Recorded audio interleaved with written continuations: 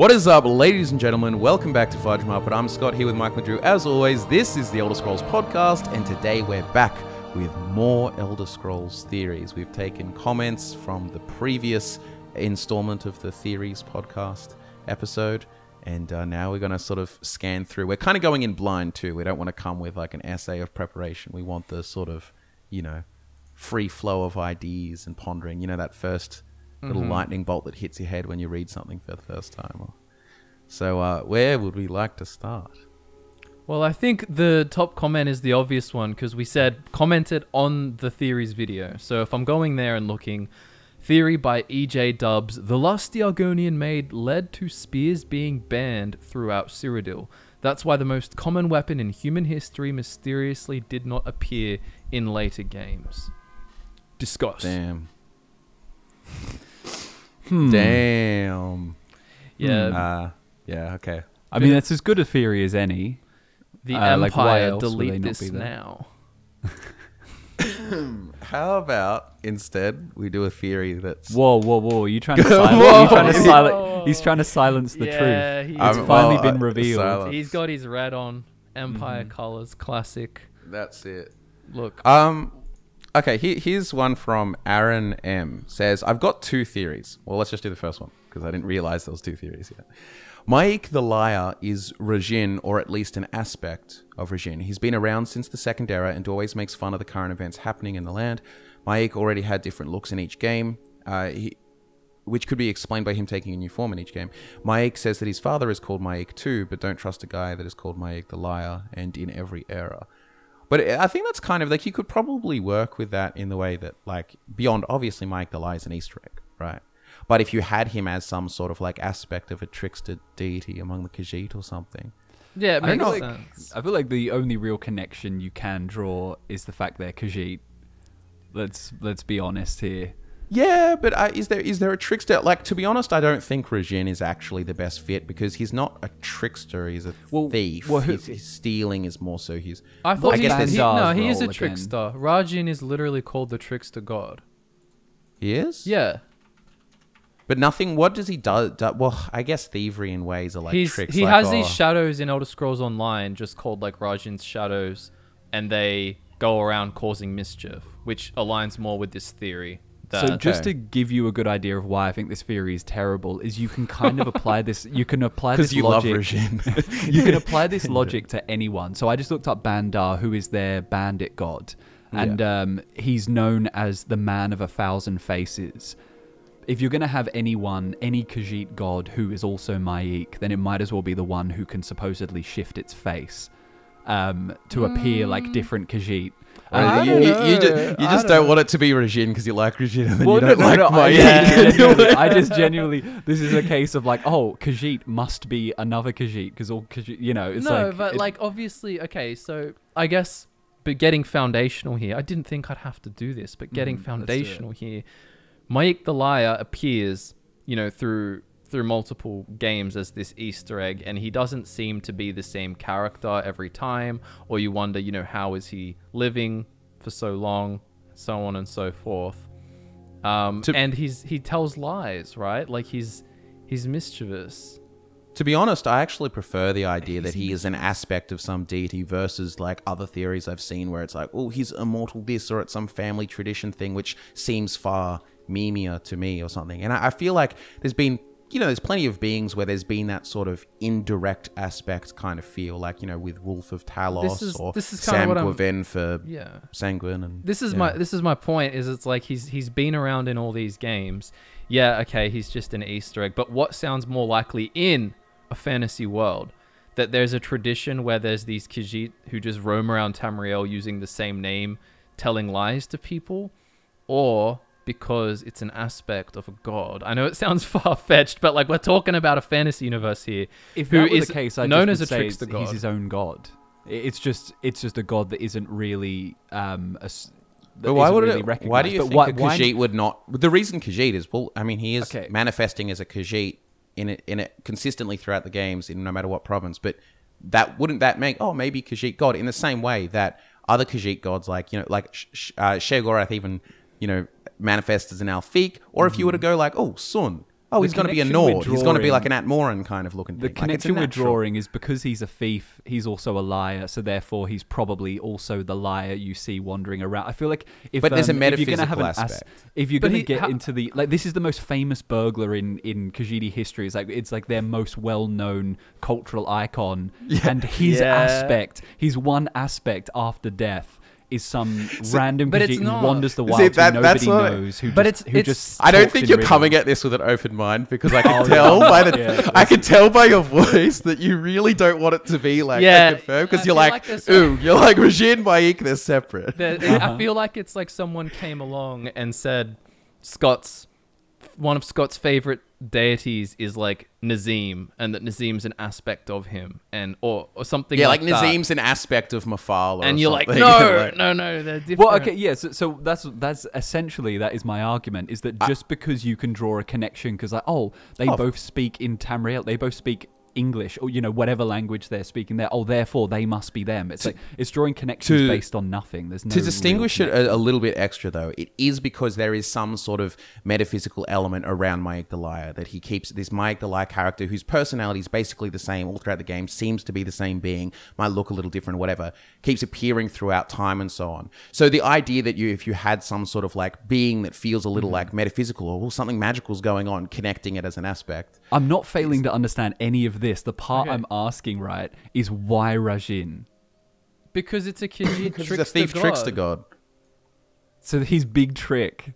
He's just done all Maik these the Liar. wonderful. He has lots of tricks. He's done these incredible Okay, things, hold on. like stealing artifacts off the arm of Mafala, things like that, stealing a tattoo off someone's neck, and now it's like my ultimate plan is I'm going to walk around in the mountains and say random riddles to strangers. No, His no. heyday's nice done. one. His heyday's done. He's like, look. this is his retirement. To be fair, if you do look at the Elder Scrolls Online lore and you look at these kind of these shadows, they kind of just look like ethereal beings walking around, representing different aspects of Rajin.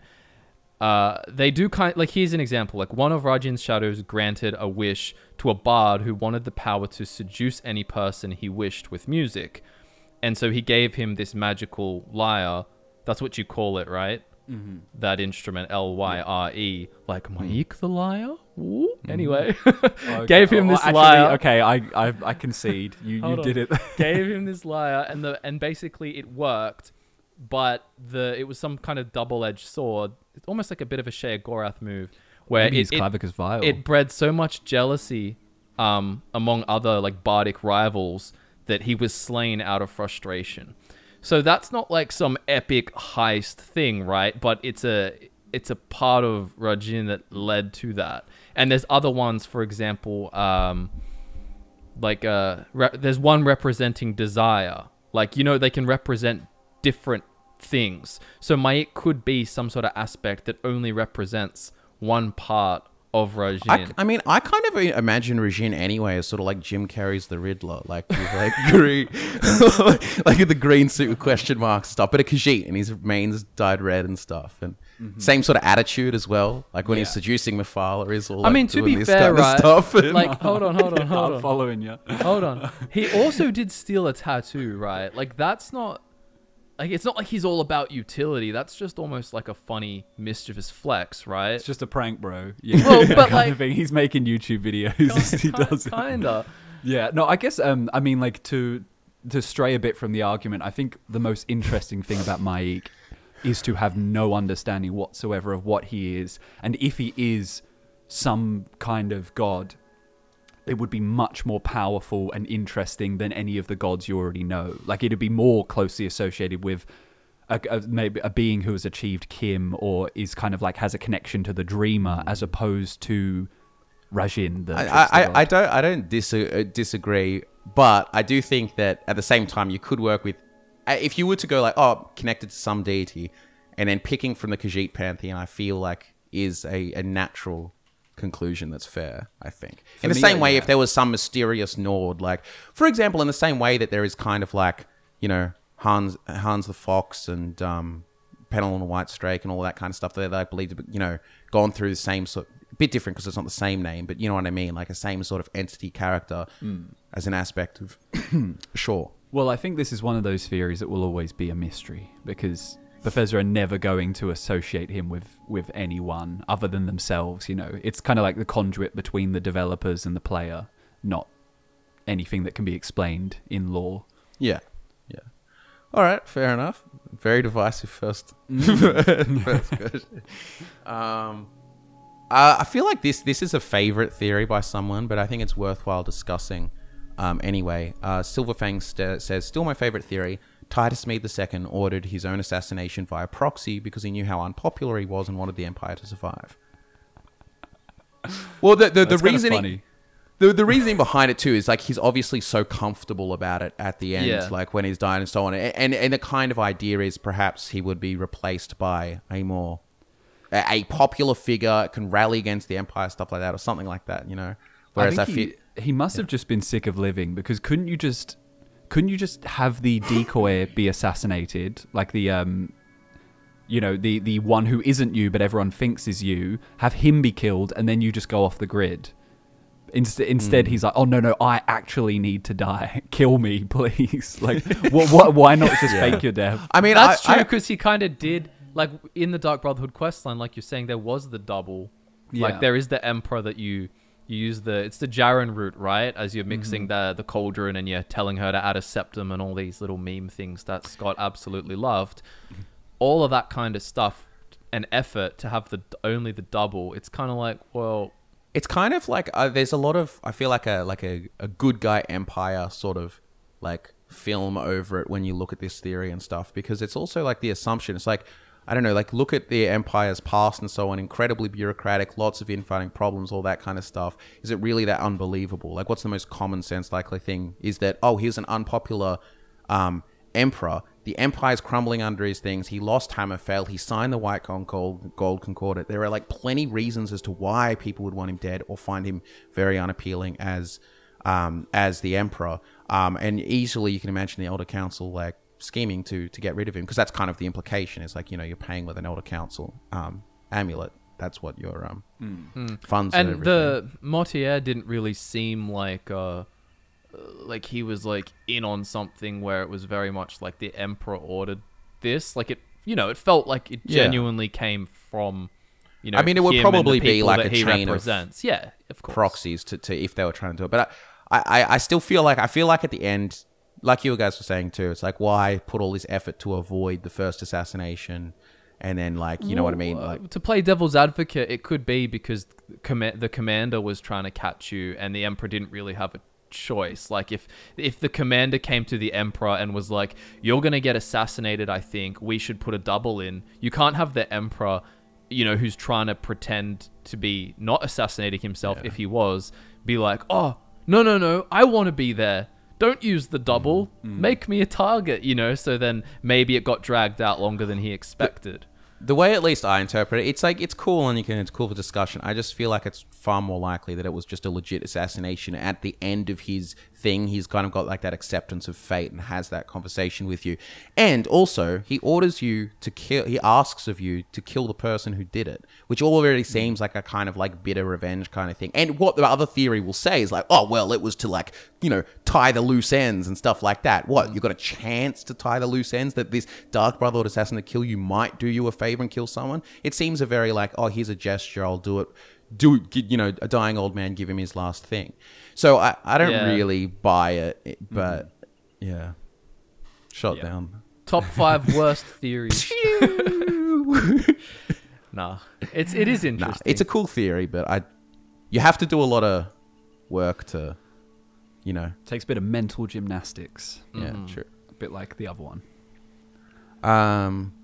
Okay, let's have a look. A lot of the comments are talking about the Alduin theory that we were going through, like kind of adding to it the whole theory about the Dragonborn being sent to defeat Alduin so that the world can end eventually, because Alduin wasn't, you know, sticking to his duties. Thanks for all this insight after I'm already like making my video all about it.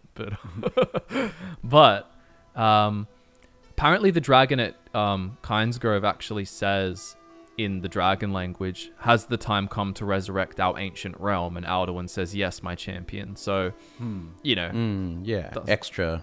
Yeah. Here's another one from Kevin. It's a 3-part theory regarding Malakath, actually. So it says, here's my theory. Malakath's code outlines the way to mantle Malakath. Per the code, the son must kill a father in order to take his place as chief. Malakath is known as the Orc Father, so if an Orc, Malakath's children, became powerful enough to challenge him, they could mantle Malakath and be the new Morlock. Here's the part 2. Malakath wants to be mantled. When Trinimac was eaten and defeated by Boethia, his followers changed to being the Orcs as well. The reason Malakath is so devoted to his Orcs is not out of selfishness or love. Did he mean selflessness or whatever? Anyway, but out of guilt, as it was his failure that led to their transformation. For that reason, he gave the Orcs Malakath's code, not just to help them survive in a world that hates them, but to purposefully get them strong enough to overcome and defeat him, freeing his soul from being Malakath and allowing a new, stronger Malakath to lead the Orcs to glory. Last part, and a bit wild, Boethia used to have the mantle of the pariah Daedra along with his other spheres. He was alone in praising Lorcan and despised Trinimac's popularity and sought to undo him by passing the pariah mantle to him. When Boethia and Trinimac fought, one version states that Trinimac almost made the finishing blow before he was stopped. What if Boethia wanted Trinimac to defeat him so that the pariah mantle would be passed on? With Trinimac having mantled it, Boethia turned the tables with Mephal's help to further humiliate him. It was then this precedent that set Malakath's mantle to having to be fought over and won, thus making Malakath set his code to get the Orcs to be strong enough to defeat him and claim the pariah mantle for themselves. That is an interesting theory. There's a little bit of corn and beans action going on with with this mantle. I was like, at first, I was like, the hell were you talking about? Corn and beans? Hey, like I thought you were coming out. Derail this podcast. It's time for Michael to make a yeah. comeback. That's It was passing on the mantle. You know what I'm saying? 'Cause It I didn't digest, and it came out with Trinimac. And that's Interesting nugget of information. Yeah. I thought you were coming out with like a similar to the meat and potatoes of the argument or something like that. You know, like the corn and beans. There we go, ladies and gentlemen. We've explored a theory on the channel before about Boethia being essentially in love with Lorcan, and everything Boethia does is for Lorcan, and that's why Boethia she created the Kai'ma people kind of as a love letter to Lorcan. So the idea that he would resent being the kind of pariah, I'm not sure. Yeah, that takes some thinking about. Something else to throw in there. Is he the only? He says he was alone in praising Lorcan. Is that true? I don't know if there are other Daedra. I feel like it's maybe it's the only one that's explicitly said at the moment, but I don't know if that's necessarily like the natural conclusion at least, of others. I'd say at least among of all the gods who are kind of having an influence on the people of Somerset at the time, maybe it was all very Anuic and, everyone followed those. And then Boethia comes in with that attitude, and that's how the changed ones come along. But I wouldn't say that Lorcan was completely out of favor, just kind of in the whole universe at the time or in the mortal realm. Yeah, it is a cool theory though. Like at least the first 2 parts that sound. the Malakath wants to be mantled essentially. Yeah, and basically. that's why the Orc code. Yeah, and to free him and things like that from that state. I mean, it's not like obviously it's not rock solid with tons of evidence, but I mean it's a theory, right? Like none of these things are super backed up. Sorry, go. No, I was going to say, if Malakath is mantled, would that free Trinimac to become Trinimac again? Well, and the Malakath aspect would be taken away and mantled. Because I guess that's that point of contention, because it's that same kind of thing that, like, technically with Sheogorath was just a warped version of Jiggalag until Sheogorath was mantled, and then they became separate entities. So same principle, I guess, is if you go with Trinimac literally was corrupted, and they aren't, there's no separation of deities. But then if someone mantles Malakath, which she wants or whatever, and then the Trinimac would be but they separated. are separate, right? Like, I mean, you can kind of revere Trinimac and get some kind of metaphysical but then again, bonus like this from that, right? Yeah. Or you could argue, it is still a corrupted version of Malakath, and you just get a different kind of feedback from said. You wonder if he's baiting orcs to mantle the corruption and essentially just take that off him and create a new god from it. Because it doesn't mean you've got, for example, you can go to, like, I think someone pointed this out and it's true, but like you can go to a shrine of a saint and you can get a blessing. It doesn't mean they're a god. You know what I mean? Like just the sort of presence of like whatever magical or metaphysical like kind of blessing or existence or stuff that exists doesn't necessarily mean that, that like saint has become a god literally in itself, or it could be, for example, you could think of it as like an echo of what used to be or something, and that's maybe where they're trying to reconstruct. But like, it's hard with mythology, like, to take it literally or not. And I think the one thing is too, it's sort of, there is that Orsinium dynamic where you have like people wanting Malakath versus Trinimac, and Trinimac as an attempt to sort of. And I think the other slight problem I have with the theory, which is just my personal preference, is that I think the corruption that happened to Trinimac to turn Trinimac into Malakath became so fundamental to the identity of that god, to the point where I wouldn't say that Malakath is ashamed of those aspects, because Malakath is still very much like Trinimac, being the kind of the father figure, the paragon of strength and unity and things like that. But now it's more condensed to the people who stuck by him.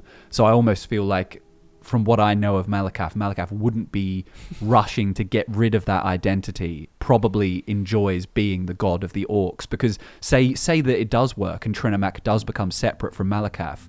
What does Trinimac really have to be a god of anymore? Like, they abandoned him. It's also like too, like, just real quick, I was just kind of like having a little giggle over here because I was just thinking that you were getting defensive again, like the Rajin thing, and you're like, the Malakath that I know, Look, he I would think, never do that. He would never abandon. I think we've got to argue both sides. And, No, I agree. I definitely. But yeah, well, with that, also like Malakath, even though he got, Trinimac becoming Malakath became shame, but like you're sort of saying, it's like I see more of his thing as like bitterness and like scorning others and stuff, but it doesn't necessarily mean like I would want, you know what I mean, revert or anything like that. Yeah, would Malakath really be desperate to return to the good books of the elves who neglected him once he was covered in doo-doo? I doubt it. He's found his own identity. Yeah. That's my take anyway. Yeah, that's interesting. Here's that comment that I was talking about before the podcast started. How many roads must a man walk down before he may call some trees to dwell on? I like that. By the way, the theory on Mike the Liar had a second theory in the comment, which is basically that the night... people probably have heard this one, but that the Night of Tears was a lie created by the Atmorans to basically justify their attack on the Snow Elves and to be seen as heroes. But...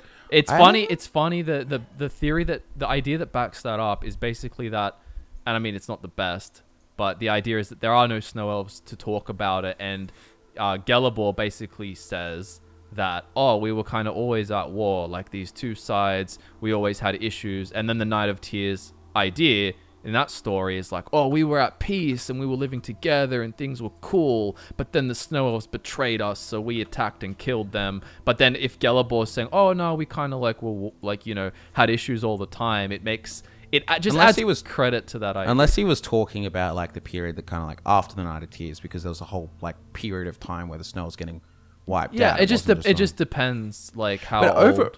With that theory, and this is like what kind of like bothers me a bit in everything, is that sort of people don't come at the history of Tamriel from a sort of more neutral standpoint of, because they're always trying to orchestrate that these are the good guys and these are the bad guys. So like the Atmorans must be lying about the Night of Tears to do this or something like that. But rather than seeing something like a chain of consequence, you can easily see how the Snow Elves might feel threatened, especially if there's the Heart of Magnus in there, Eye of Magnus, and all of that.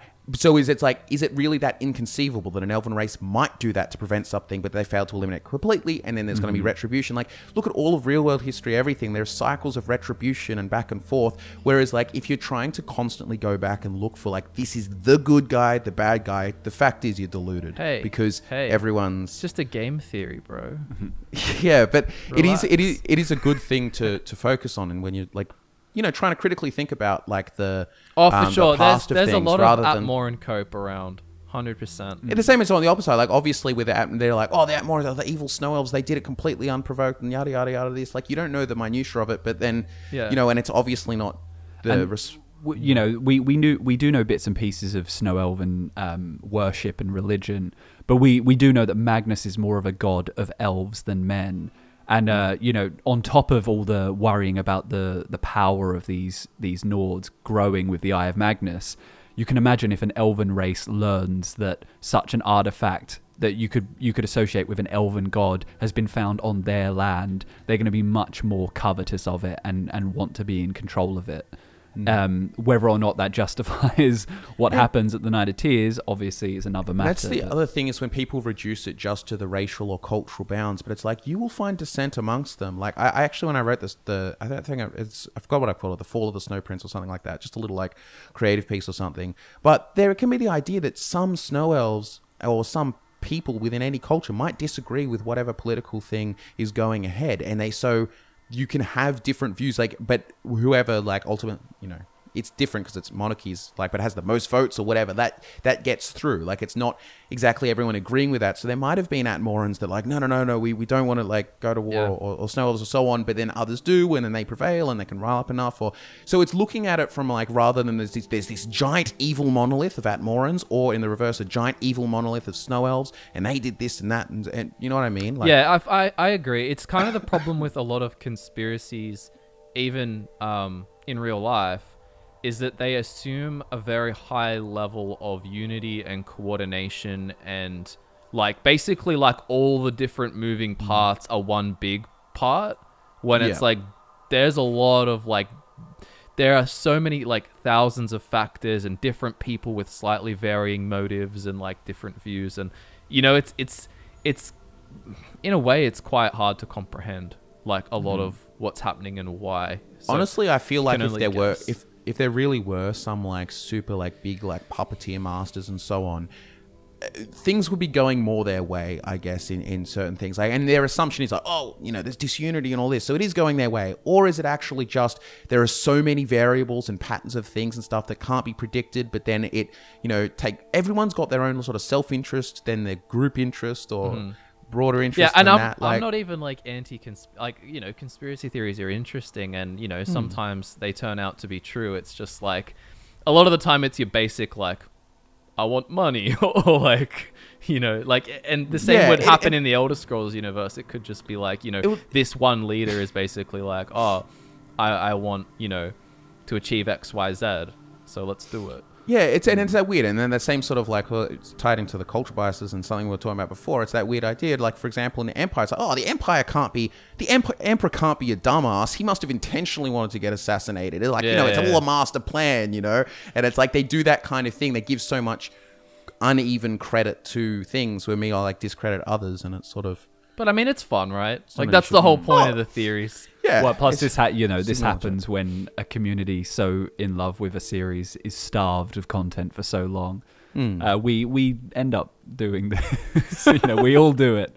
Oh yeah, of course. No, but I 100% agree with your sentiment, though. I think my favorite thing though is when you get a convincing theory that has just enough parts where it's believable, like your theory on the Atmorans being dragons and all that.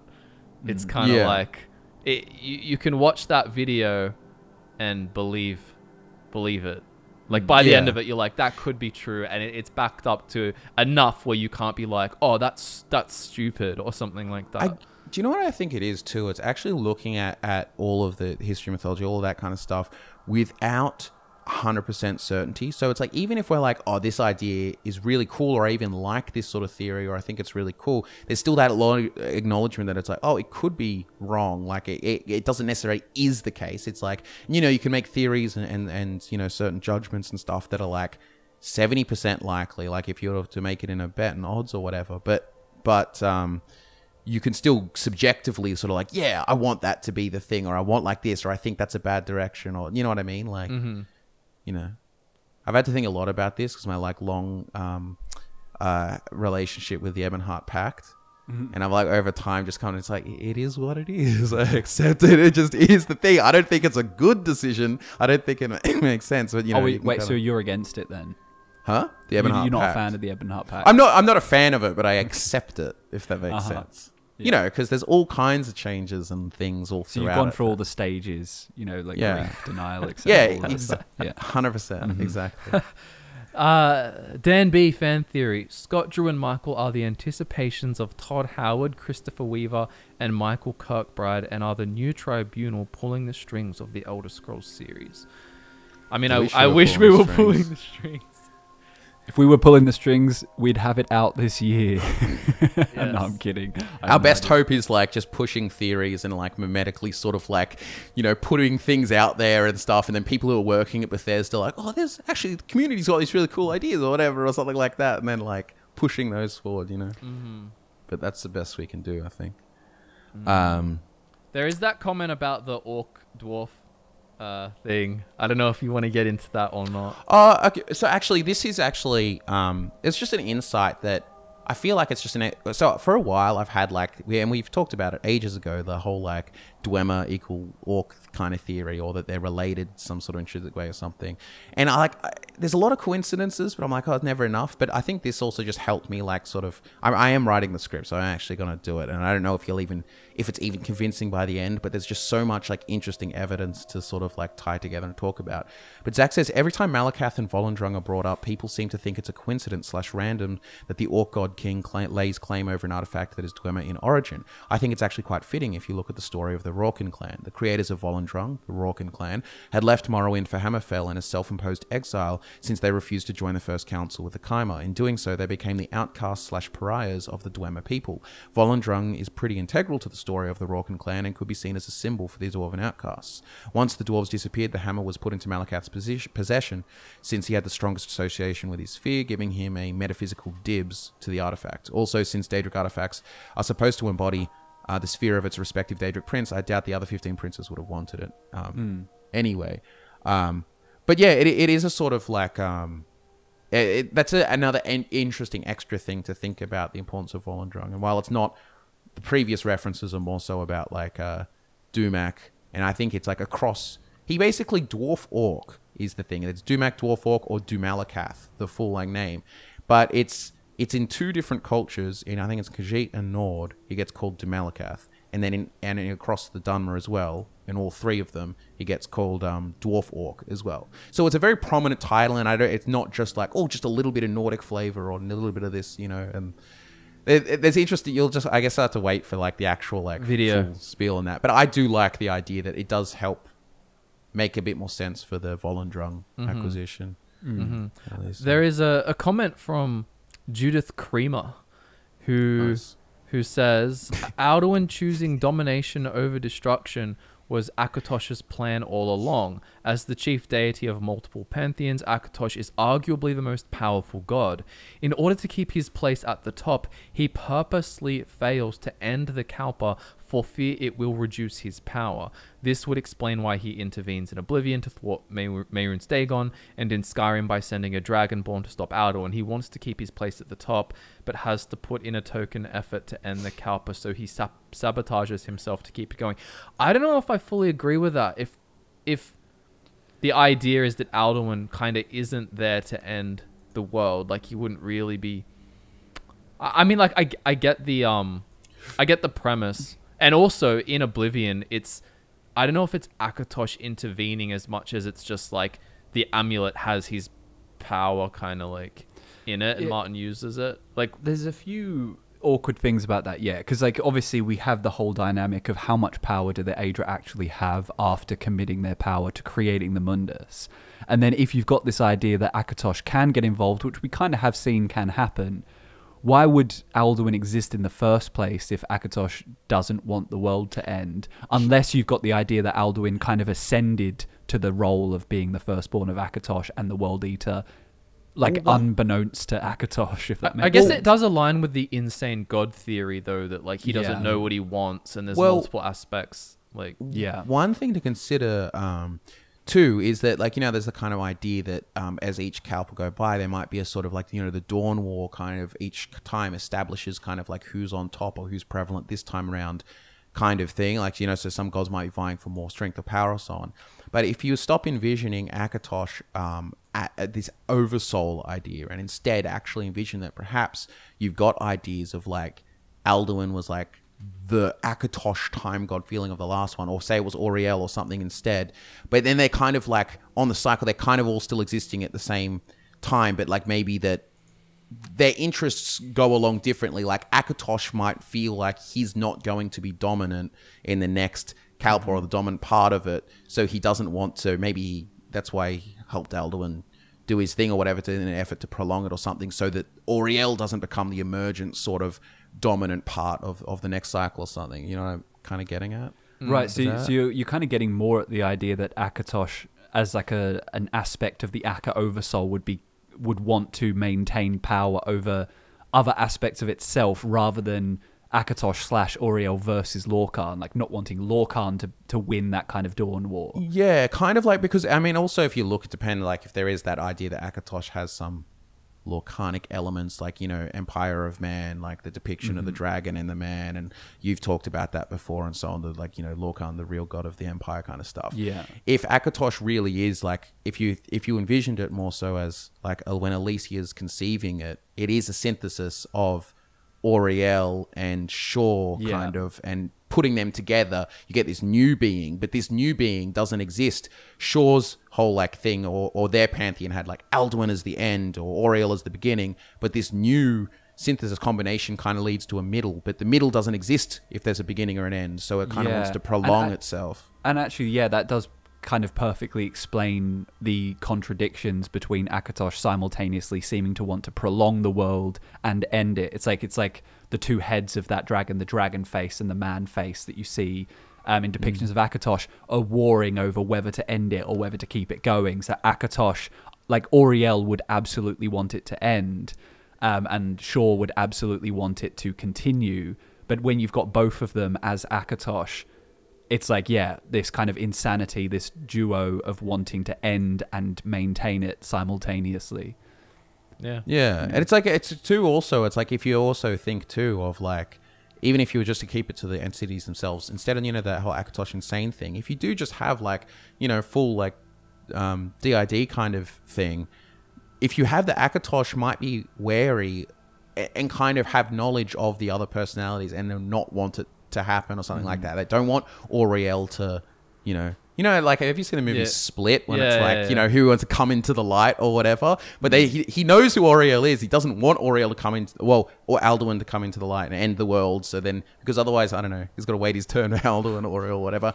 It's also, this is so abstract to talk about anyway, because we don't understand Kalpas or anything. And by the way, like, as much as it's a compelling theory, the whole Akatosh is insane. Like the whole Akka Oversoul, as much as people like to talk about it in the community and like forums and stuff as if it is like indisputed canon, it's not. There's the, as far as it's concerned, the only real canon sort of vibe is that there is a time god, and there is Auriel as the elven interpretation, Alduin as Nords, and Akatosh as this sort of synthesis.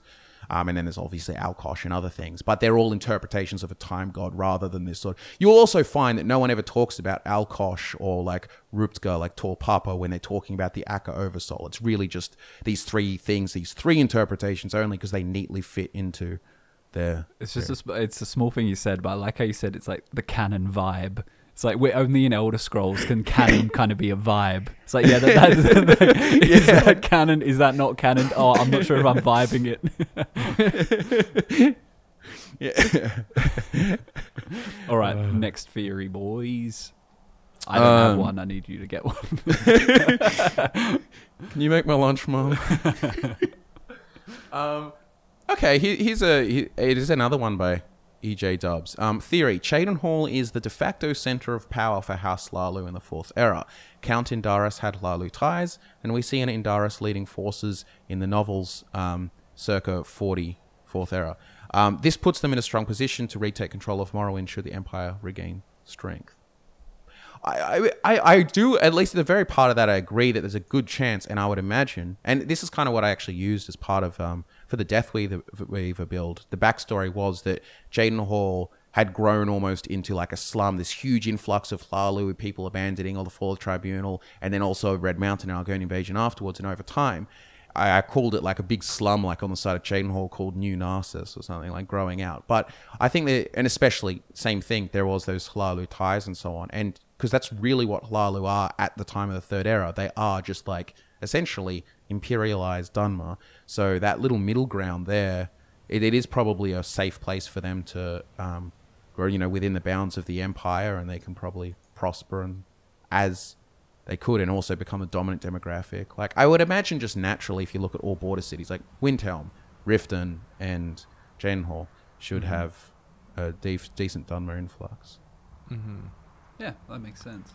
But yeah, center of powerhouse slightly, but they probably Could be, a place of power for sure, or like a place of where they'll. I mean, I if you guys see it in the comments, take over from me because I don't have it open, so I don't want to butcher it. But I did see a theory that was essentially saying the heart of Lorcan is the reason that Morrowind is the most alien of the provinces.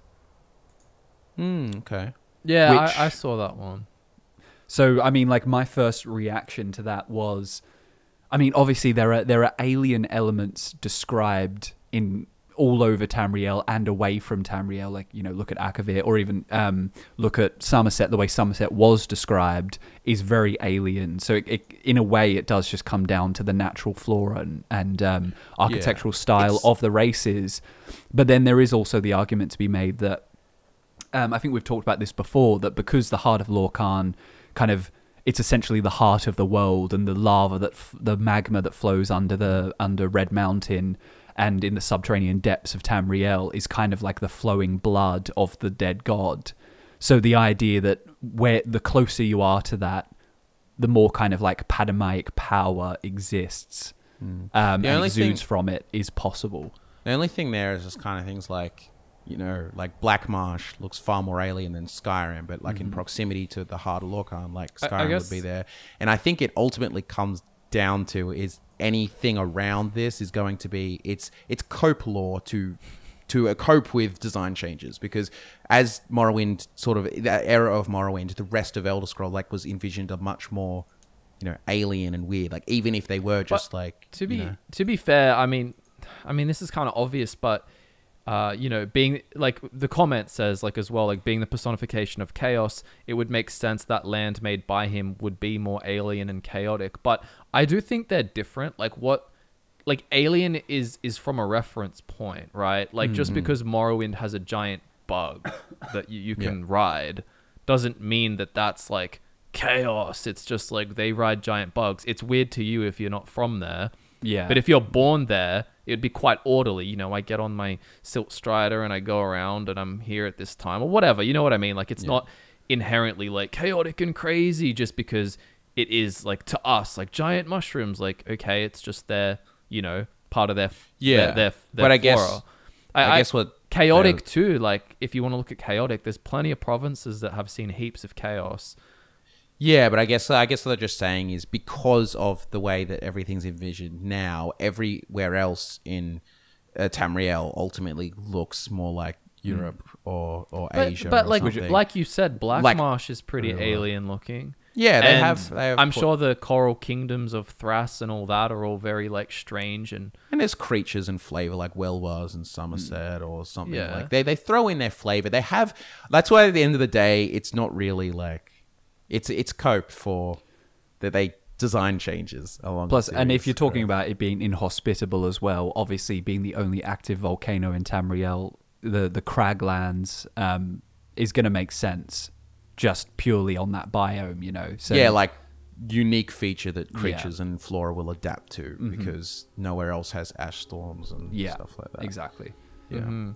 I just want to shout out this comment by Gabe Zilla that timestamps 24:35 on the last Theories episode. Shout out.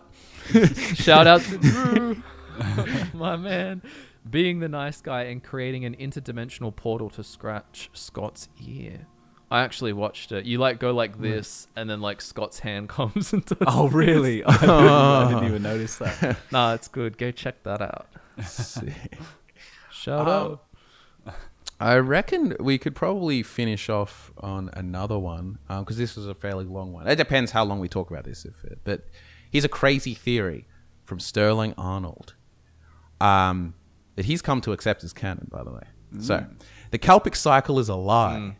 According to Redguard mythology, Rupta created Sep from the remnants of dead world skins, and Sep created the Mundus in his own image, an undead god creating an undead world. It's important to understand that Sep created his skin ball separate from Satakal, no longer beholden to its hunger. It is why the Red Guards no longer have access to the walkabout, as it was a technique created to traverse Satak scales. In my understanding then, Lorcan had always intended for the Mundus to be the final Kalpa. It's the reason the gods are so adamant on continuing the current cycle and why Alduin refuses his original role. There is no next world to replace this one, once it's gone. I also believe that Mundus's creation and the breaking of the 12 worlds are the same event, as it is referring to the breaking of the cycle, as well as the coalescence of the remains of the worlds that came before. The origin of the races may also be a result of them being saved from this breaking, such as Kine breathing the Nords onto the throat of the world, or the Aldmer losing Aldmeris and finding themselves on the Somerset Isles. Perhaps this time is also perceived as the ooze by the Wood Elves. I actually think that's a pretty cool theory. Yeah, there's a lot to go into there. I mean, just as a small note, we obviously, when it comes to something like Kalpa, it's really hard to actually have any evidence, proper evidence that a Kalpa exists, because the whole idea is that it resets the cycle. But obviously we do have plenty of evidence of worlds being unmade or destroyed or coming to an end without necessarily a new cycle beginning. Whereas we don't have much evidence of the cycle renewing. You know, say you've got the 12 worlds of creation from the Annuad that are all destroyed, and then you've got, say, Lig, which is unmade by... that's how it's insinuated anyways, that it's unmade by Mehrunes Dagon and the slaves. But yeah, evidence for the cycle. What if is you less. imagined the 12 worlds as previous cycles or something like that? Just stick with cycles for a moment. But then there is, like, you know, there's the Lig, there's the Eldmeris, there's the sort of Nords that were like maybe saved from their world and like I said, breathed onto Skyrim at that time later. And there's all these different worlds and maybe where the Hist are from and something. And all of those, you know, they eventually are remnants of previous apocalypses that have happened, you know, when the Kalpic cycle starts. They break the cycle, and now all of the, you know, refugees, so to say, of that or leftovers have been found there. So that's why also, like, there's this sort of mythical Aldmeris, which doesn't necessarily exist as a place, but they're just cast onto these ships and they found their place, or Nords breathed onto the world, or, you know, I mean, the Hist are surviving. Well, the Argonians are like, you know, little computers for the Hist, like little robots for the Hist, right? So the Hist survived this breaking and stuff. It's interesting to think of that, because when I heard 12 worlds in the Annuad, I always think of it as like just a creation story about all these different worlds and then smashed together, but actually envisioning them as a world, as in a Kalpic cycle. So the next one's Nirn. Well, the final one's Nirn, and that's what this one is getting. Well, if that's to go. Yeah, but if there was a new cycle, it could have, like, you know, some story in it about this world called Nirn. Just interesting to think. I feel like if there was significance to these 12 worlds, there would be, the number 12 wouldn't just be a coincidence. There would be an explanation for each one. But I feel like it was kind of just an offhanded creation story. It's interesting. What do you think of the Wood Elf things too? Because, like, you know, the Wood Elf, like the ooze, like, you know how we're finding a lot of new ESO stuff is there's lots of contradictions about people's place in the world and when they came and stuff like that, and it doesn't all fit in nicely with this old elven story. But, like, it's kind of weird, and this is how we got to, like, you talk about the Elder Scrolls and stuff. It's kind of hard because a lot of theories and stuff are built out of trying to literalize comparative mythology. Like, you're trying to get all of the creation stories to make sense and line up, because there is magic and there are, like, real evidence for, like, godly beings, but then there's also the interpretation, all that stuff backwards. So it's a weird space of, like, you know, it's kind of hard to figure out. It's interesting. I mean, I don't know, what do you guys think? Like, I mean, when I think of the Redguard story of having the kind of the dead world skins that he's rolled into a ball to create Mundus, it, as you were kind of getting at, is it's more of a metaphor for him kind of taking the ideas of creation when all these spirits are finding their place and formulating the idea for this realm, as opposed to it literally being the kind of salvation of these dead worlds being brought together. It's hard to justify that, because I feel like there isn't a whole lot to support it. But at the same time, this is the first time I'm hearing this. So, what if, though, when the world ends, this kind of skin ball just unravels and he can just, like, put it together into a new world? Like, why does it have to be like the... I mean, that's kind of final... the idea that we were getting at with Lig and adjacent places, is that they were other attempts by Lorcan to make this kind of experimental realm, the mortal realm, and sometimes it fails. You know, in this instance, it failed with Lig. I do find it interesting though, the whole this whole skin ball thing, the building separate, because remember it's the idea that the kind of idea there, I guess, what's on Mundus is that there is that Kalpic thing, the Sardaukar eating itself. So that would be one cycle in itself. Everything gets destroyed unless you learnt the walkabout, and those gods could move between them. So only the highest beings. But then the skin ball as an alternative or an easier way to do it, but like creating it out of the detritus or whatnot, making that place. It's like envisioning that as only a thing, like Mundus, as only a now thing, like previous Kalpas was some other kind of incomprehensible world or cycle or whatever, adjacent place, whatever. But now is the final time. It's like, oh, this is the attempt to actually stop it. Maybe like this is Lorcan's sort of put his foot down. Is that enough? I mean, it could be. It could be. Because this is the thing too, and it's like sometimes to keep you on your toes, but always like challenge some of the more fundamental theories and liked, cherished theories and stuff that exist around and so on. It's the same as you can go like, oh, there's the Towers theory, but then walk it back and stuff, because you can criticize that for being, oh, it's perfectly convenient, isn't? There's like the 16 spokes and the 8 spaces and all of that kind of stuff. I mean, this perfectly aligned wheel. It's a very nice, neat cosmology or like thing, but there's so many examples of things that exist outside of it. Yeah. So, And I mean, I feel like the idea isn't, it's not mutually exclusive, the idea that it could be a cycle, but also kind of a fresh start, because that's the whole idea of this walkabout, is that the powerful deities, the gods, can like learn to step aside and dodge the destruction, which would make sense when you've got the New Dawn era where all the gods come in first, and then you've got, I guess you kind of pull, the idea is that you pull the souls from the afterlives, from the Dreaming Sleeve, and they populate this new realm. So in a way, it is a new cycle, but it is also something completely new. So it's kind of synonymous in a sense. All right. Yeah, I don't know. Yeah. I'm ready for the next one. You ready for the next one? Board Monsieur- of the Kelpic cycle. Monsieur Dorgat says, theory I'm quite proud of. Molag Bal's driving emotion is insecurity and fear that he gained when Mehrunes Dagon brought him low in Lig, possibly tormenting him as well. Molag Bal is an archetype of the abuser, whose abuse creates more abusers, in brackets vampires.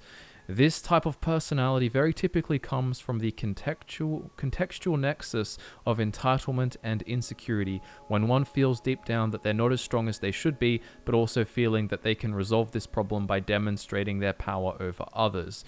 Molag Bal is defined by all the behaviors bullies and spousal abusers do. A great example is when you best him, he actually backs down. I think he's afraid of anyone who can actually stand up to him from the last time he was humbled by an upstart. In the 36 lessons of Vivek, we learn that Molag Bal wants love and feels deeply unloved. Vivek then proceeds to seduce Molag Bal only to insult and casts away Bal after Vivek reveals he was only trying to steal the secret of Kim. It makes me wonder if his theorized relationship with Azura in Lig had a similar vibe. When Bal was assaulted by Dagon, Azura left him because she is self-centered. Bal may have become the king of rape because he has never had a healthy consensual relationship. I think that's actually a pretty based theory. Yeah. It's less theory, more analysis, right? But yeah, exactly. Yeah, kind of like demonstrating why he is the way he is, because he is a fairly one-note prince if you just boil it down to what he represents. So as a way of kind of analyzing and justifying, well, not justifying, but explaining the way he is, all of that makes sense to me. Yeah. I feel like he's commented this and it's going to be very underwhelming, because I'm like, yeah, actually there's really good insight. That's about it. Like, I don't know what I could add to that really or anything, but I think that's a pretty comprehensive sort of. I feel like we could make a too. video on that and like dive into it deeper. We'll give credit, of course. Yeah, I always like when you can get like more insight or different ways of thinking about something that, you could look at Molag Bal and go, oh, here's the devil, here's the one-dimensional domination prince, Yeah. It's interesting to sort of... Because you can kind of apply some of that logic to just about every prince, in that like they brag about the fact that they didn't invest their power in creating the mortal realm, but they're constantly trying to seek validation from the inhabitants of this realm, as if they do feel like they were left out of what is essentially kind of described as being the center of the universe. The Mundus is kind of the culmination point, the arena, the most important part. And these Daedra are more powerful. They can get involved, but at the end of the day, they're not the creators. They're bystanders. So they are kind of desperately in need of attention. And that kind of ties into what was said about Molag Bal wanting to be loved. Almost makes you feel sorry for him. Only a little bit. Yeah, he can't really justify all this stuff. Yeah. He's been doing. Molag Bal apologists. All right. Any more hot theories? I guess to the future to say as well, guys, is absolutely go in for analysis. Like, I guess they're all for theory analysis kind of stuff. Like, it's a theoretical analysis or something. But yeah, those two, feel free to drop those down. And let's be very clear too. Put your theories below this podcast episode, and if we don't say it or didn't say it, just write it again if you think it's really good and back it up harder. Yeah. Do you want me to, like, I can drop one more theory. All right, one more theory. It's another theory. It's theory / take. It all kind of blends. But the Morag Tong are finished. They were first created as a way of preserving the balance of power between the great houses. By the time of Skyrim, Hlaalu has stripped them of their status. Dress and Telvanni have been decimated by the Argonians, and Indoril has lost most of their power after the fall of the Tribunal. Redoran, meanwhile, not only stayed strong, but amassed more power and influence by pushing back the Argonians, making them the dominant power in Morrowind. Then in the Dragonborn DLC, Hlaalu hires the Morag Tong to assassinate a Redoran councillor, and Redoran responds by killing the assassin and the people who hired them, despite the fact what Hlaalu did was completely, like, legal. I guess all this stuff's kind of changed without the Tribunal and power structures of before, and literally what the Morag Tong are supposed to be used for. Redoran even say that the Tong are pure evil and disgusting and should never be used, despite Redoran being the ones who believe the most in local Dunmer traditions. They're only saying this now because they're the ones in control and the Tong are a potential threat. Now they have enough power to sway or convince the rest of the Dunmer to abandon them. I can't help but draw comparisons between this and the Tribunal and Azura. But, I mean, I 100% kind of agree. Like, Morag Tong's days are, like, far behind them. Like, I kind of almost like it. It's, like, a nice conclusion, I guess, that they have kind of just become, like Ravenrock kind of says, like, filthy assassins that just do stuff for money, and also why that Thieves Guild guy, like, left and stuff like that. The idea that there is a downfall of it. Because there's these vague ideas. Oh, we'll reband someday, But with Redoran, you may as well look, the way at least I feel about it when looking at House Morrowind in general, is that House Redoran is functionally like the monarchy, like an autocracy. It's like, is the power. I think a lot of the other houses feel very small, new, or something like, you know what I mean? Like, it's very dominant. Yeah, I mean, it makes sense. You know, with a group like the Dark Brotherhood, where it's a bit more surface level. It's kind of just assassination for the sake of it. Well, obviously, I'm oversimplifying that, but the Morag Tong, as we've discussed a lot, it's much more integral to Dunmer society. In that, yeah, it's like Mafala's idea of using political assassination. As I said, politically, like it's important to maintain a balance, but yeah, there is no balance anymore. And when you have one dominant class, or one dominant house, it doesn't really have a purpose. So that does make total sense. Yeah. And I think even the big ideas of councils and houses and stuff, a lot of this also existed under Tribunal stuff. I think in a lot of the ways, they're like, the Dunmer's fate is to revert to a more of a Kaima sort of tradition, you know what I mean? Like an old like a different religion. Because like under the Tribunal, things are different for a long time. But I guess the whole Mafala, Morag Tong thing is that kind of tradition. But yeah. Anyways. Okay, I guess that brings us to the end. Okay, well, social media links are in the description, as is a link to our Patreon if you want to help support this podcast and the channel in general. It's been Scott, Michael, and Drew, and we look forward to nerding out with you again very soon.